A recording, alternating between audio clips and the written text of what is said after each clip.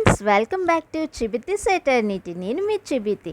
ఈరోజు మనం కోడిగుడ్డు గ్రేవీ కర్రీ చేసుకుంటున్నామండి. దానికోసం ముందుగా స్టవ్ వెలిగించి హై ఫ్లేమ్ పెట్టుకొని దాని మీద మూకుడు పెట్టుకొని ఆ మూకుట్లో మనం ఆయిల్ పోసుకోవాలండి. ఆయిల్ పోసుకున్న తర్వాత అది బాగా కాగాలండి.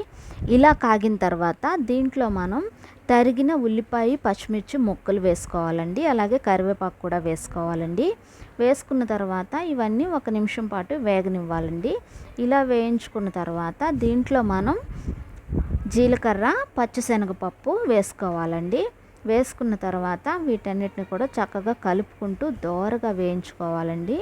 మనకి ఉల్లిపాయ దోరగా వేగితే సరిపోతుందండి. దానికోసం మనం దీన్ని కలుపుకుంటూ వేయించుకోవాలండి. చూసారు కదా, మనకి ఉల్లిపాయ వేగిపోయింది. ఇప్పుడు మనం దీంట్లో టమాటాలని మిక్సీలో వేసి ఆ ప్యూరీని మనం దీంట్లో వేసుకోవాలండి. నేను ఇప్పుడు 8 టమాటాలను తీసుకున్నాను, మీడియం సైజువి. వాటిని మిక్సీ పట్టేసి ఆ ప్యూరీని ఇందులో వేసాను. ఇందులో వేసిన తర్వాత ఒకసారి కలిపేసుకొని దాంట్లో మనం 1/2 టేబుల్ స్పూను పసుపు వేసుకుంటున్నామండి. పసుపు వేసుకున్న తర్వాత దీన్ని అంతటిని కూడా చక్కగా మిక్స్ చేసుకోవాలండి. పసుపు పచ్చివాసన లేకుండా చక్కగా ఈ టమాటో ప్యూరీలో ఉడికించుకోవాలన్నమాట. సో అందుకని చెప్పేసి నేను ఇక్కడ 1/2 టేబుల్ స్పూన్ మాత్రమే వేసుకున్నాను.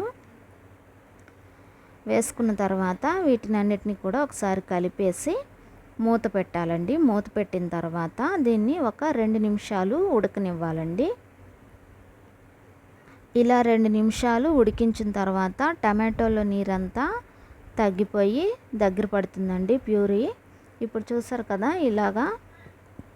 ఇలా వస్తుంది. ఇప్పుడు దీన్ని మళ్ళీ మనం ఒకసారి అడుగంటకుండా చక్కగా అంతా కూడా కలిసిపోయేలాగా కలుపుకోవాలండి. మనకి ఇందులో ఏమీ వేయలేదు, టమాటో మాత్రం వేసాం కాబట్టి అడుగంటకుండా మనం కలుపుకుంటూ ఉండాలండి. ఇప్పుడు దీంట్లో మనం 2 టేబుల్ స్పూన్లు కారం వేసుకోవాలండి. 8 టమాటాలకి 1/2 టేబుల్ స్పూను పసుపు, 2 టేబుల్ స్పూను కారం అయితే సరిపోతుందండి. మీకు కొంచెం కారం ఎక్కువ కావాలి అనుకుంటే 1 టేబుల్ స్పూను ఎక్కువగా వేసుకోండి. లేదు అంటే కనుక దీనికి 2 టేబుల్ స్పూన్స్ అయితే సరిపోతాయి. ఇలా వేసుకున్న తర్వాత దీన్ని అంతటిని కూడా చక్కగా ఒకసారి అంతా మిక్స్ అయిపోయేలాగా కలుపుకోవాలండి. ఇలా కలుపుకున్న తర్వాత దీంట్లో మనం 2 కప్స్ వాటర్ పోసుకోవాలండి.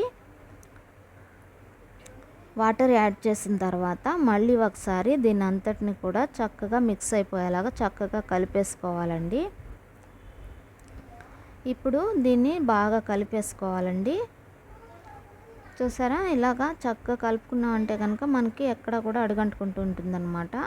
ఇప్పుడు ఇలా కలిపిన తర్వాత దీంట్లో మనం సాల్ట్ యాడ్ చేసుకోవాలండి. మనం స్టార్టింగ్లో సాల్ట్ వేయలేదు, మనం ఇప్పుడు వేసుకోవాలన్నమాట. సో అందుకని చెప్పేసి సాల్ట్ యాడ్ చేసుకొని దాన్ని మూత పెట్టి మరొక 2 నిమిషాలు ఉడికించుకోవాలండి.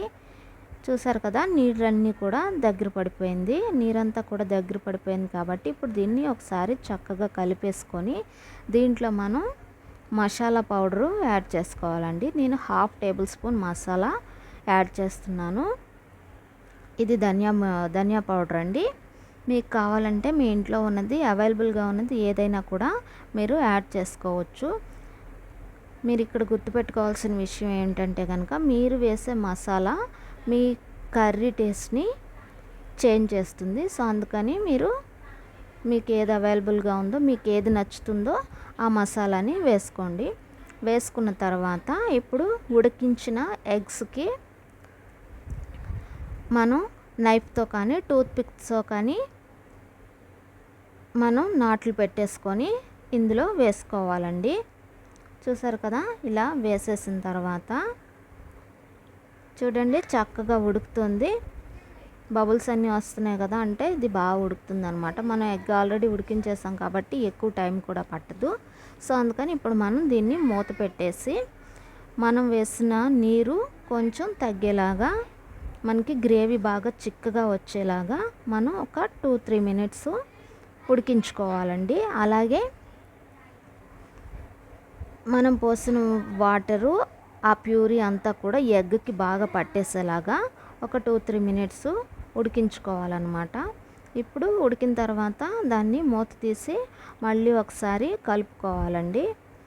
కలుపుకున్న తర్వాత మళ్ళీ మూత పెట్టి ఒక 1 మినిట్ మనం ఉడికించుకున్నామంటే కనుక మనకి ఎగ్ కర్రీ రెడీ అయిపోయింది. చూసారా? బాయ్. మీరు ట్రై చేయండి.